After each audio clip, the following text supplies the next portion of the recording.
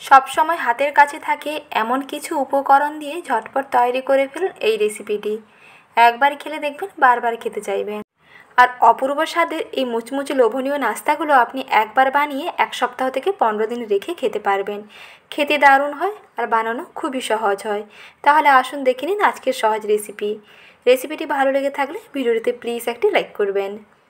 প্রথমে দেখুন একটি বাটির মধ্যে নিয়ে নিচ্ছি মেজারিং কাপের 1 কাপ ময়দা। তারপরে যেই কাপের মাপ করে ময়দা নিলাম সেই কাপের হাফ কাপের একটু কম দিচ্ছি সুজি। মোটামুটি এখানে 2:1 অনুপাতে ময়দা এবং সুজি নিতে হবে। তারপরে এখানে দেখুন নিয়ে নিচ্ছি ফ্রেশ নারকেল কোড়া। ফ্রেশ নারকেল কোড়ার বদলে আপনারা এখানেও ড্রাই নারকেল কোড়াও দিতে পারেন। আর এখানে লাগবে কিছুটা কালো জিরেকে এরকম হাতের মধ্যে নিয়ে একটু ক্রাশ করে নেবেন। একটু হাতের মধ্যে এরকম প্রেসার দিয়ে একটু গুঁড়ো করে তারপরে ছড়িয়ে দেবেন। আর এখানে স্বাদ মতো অল্প একটু লবণ দিয়ে দিচ্ছি। 1 চা চামচে 4/1 ভাগ লবণ দিচ্ছি। তারপরে দিতে হবে চিনির পরিমাণটা মোটামুটি আপনারা মিষ্টি যেমন পছন্দ করেন তেমন দেবেন। যদি মিষ্টি বেশি পছন্দ করেন তাহলে চিনির পরিমাণটা একটু বেশি দেবেন, আর না হলে মিষ্টি কম পছন্দ করলে কম দেবেন। এখানে 2 টেবিল চামচ চিনি দিলাম। আর দিচ্ছি 1 টেবিল চামচ মতো সাদা তেল।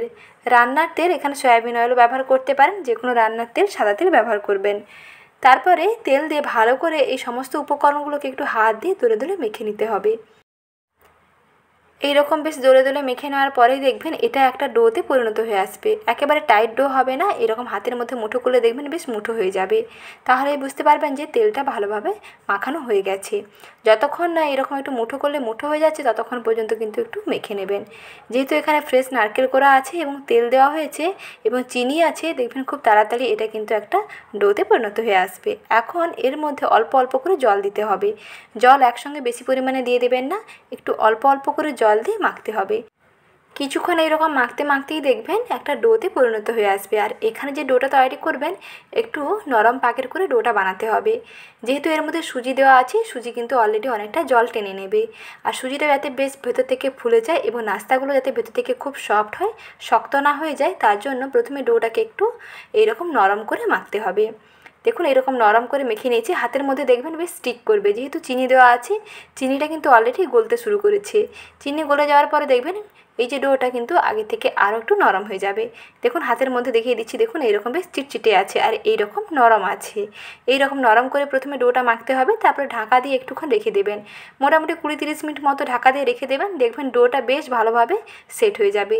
যেহেতু সুজি দেওয়া আছে, সুজি দেখবেন বেশ জল টেনে নেবে আর ডোটা দেখবেন বেশ হাতের মধ্যে মাখানো যাচ্ছে, এইরকম বেশ টাইট হয়ে যাবে। দেখুন কিছুক্ষণ পরে ফিরে এসেছি, হাতের মধ্যে দেখুন আর কোনো কিন্তু চিটচিটে ভাবগুলো লাগছে না, কোনো স্টিকি ভাব আর নেই। এখন ডোয়ের মধ্যে অল্প একটু ময়দা ছড়িয়ে দিচ্ছি। একেবারে সামান্য 1 চা চামচের 1 চামচ ময়দা দিলেই হবে। হাতের মধ্যে অল্প একটু ময়দা নিয়ে এরকম ছড়িয়ে দিয়ে তারপরে ডোটাকে আর একটু ভালো করে মেখে নিচ্ছি, যাতে ডোটা খুব সফট হয়ে যায়। নাস্তাগুলো বানাতে যাতে অনেক সুবিধা হয়, হাতের মধ্যে যাতে স্টিক না করে, তার জন্য একটু অল্প ময়দা দিয়ে এরকম ডোটাকে মেখে নিতে হবে।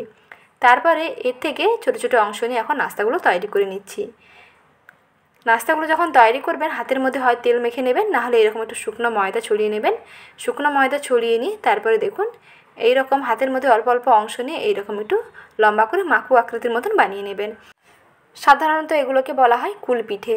কুলপিঠে ডিম দিয়ে তৈরি করা হয়। আজকের রেসিপিতে আমি আপনাদের সঙ্গে ডিম ছাড়াই কুলপিঠে রেসিপিটি শেয়ার করলাম। এই রকম খাস্তা মুচমুচে কুলপিঠেগুলো বাড়িতে একবার ঝটপট তৈরি করে দেখুন। ঘরে থাকা উপকরণ অর্থাৎ হাতের কাছে থাকা এরকম উপকরণ দিয়ে ঝটপট তৈরি করে ফেলতে পারেন। খেতে অসম্ভব সুস্বাদু হয় আর একবার খেলে আপনি দেখবেন বারবার খেতে চাইবেন। আর এগুলো আপনারা একবার বানিয়ে 15 থেকে 20 দিন পর্যন্ত রেখেও খেতে পারবেন। ভীষণ মজার হয় খেতে, একবার ট্রাই করে দেখুন, বেশ ভালো লাগবে। দেখুন এইভাবে বানিয়ে নিলাম। আর এগুলো যতটা বানাবেন এগুলো কিন্তু তেলে যখন ভাজবেন এগুলো কিন্তু আরও আগে থেকে অনেক ফুলকো হয়ে যাবে, বেশ ফুলকো হবে, সফট হবে আর অনেক মুচমুচেও হয়। খেতে তো দারুণ লাগে, রেসিপিটি না বানালে কিন্তু বুঝতেই পারবেন না। এখন এগুলোকে ডুবো তেলের মধ্যে ভেজে নিচ্ছি। তার জন্য কড়াইতে সাদা তেল গরম করে নিয়েছি। আর প্রথমে যখন এগুলোকে তেলের মধ্যে ছাড়বেন তেলটা বেশ ভালো করে গরম করে নেবেন। তেলটা প্রথমে বেশ ভালোভাবে গরম থাকবে। গরম তেলের উপরে পিঠেগুলোকে দিয়ে একটু এপিট ওপিট নাড়িয়ে চাড়িয়ে নেবেন। তারপরে গ্যাসের আঁচটা একটু কমিয়ে দেবেন। গ্যাসের আঁচটা কমিয়ে দেওয়ার পরে দেখবেন একটুক্ষণ সময় নিয়ে ভাজতে হবে। বেশ দেখবেন ভেতর থেকে ফুলকো হতে শুরু করবে। দেখুন শেপটা কিন্তু আগে থেকে অনেকটা বড় হয়ে গেছে, বেশ ফুলকো হয়েছে। আর গায়ের কালারটা যখন একটু বেশ গোল্ডেন ব্রাউন হয়ে যাবে তখন এগুলোকে তেল থেকে তুলে নিতে হবে। ততক্ষণ পর্যন্ত এরকম উল্টে পাল্টে একটু ভেজে নিচ্ছি। কিছুক্ষণ পরেই দেখুন বন্ধুরা বেশ ফুলকোও হয়ে গেছে আর গায়ের কালারটা একেবারে গোল্ডেন ব্রাউন হয়ে গেছে। এখন এগুলোকে তেল থেকে তুলে নিচ্ছি। তেল থেকে তুলে নেওয়ার পরে এগুলো দেখবেন গাগুলো বেশ সুন্দর ড্রাই হয়ে যাবে। দেখে মনে হবে না যে এগুলো তেলে ভাজা হয়েছে। তেলটা দেখবেন গায়ে বেশ সুন্দরভাবে সোপ করে যাবে। দেখুন হাতের মধ্যে কিন্তু একটু তেল লাগছে না, দেখে বোঝা যাচ্ছে না যে এগুলো কিন্তু তেলে ভাজা হয়েছে। খেতে ভীষণ দুর্দান্ত হয় আর বানানো দেখবেন খুবই সহজ। ঘরে থাকে এমন কিছু সামান্য উপকরণে ঝটপট তৈরি করে ফেলতে পারেন আর একবার বানিয়ে অনেক দিন পর্যন্ত স্টোর করেও খেতে পারবেন। তাহলে আজকে সহজ রেসিপিটি দেখলেন আর ভালো লেগে থাকলে এই ভিডিওটিতে প্লিজ একটি লাইক করবেন। সঙ্গে চ্যানেলের নতুন দর্শক বন্ধু হয়ে থাকলে চ্যানেলটিকে সাবস্ক্রাইব করে নতুন বন্ধু হয়ে সঙ্গে যুক্ত থাকবেন।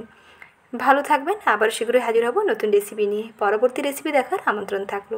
ধন্যবাদ।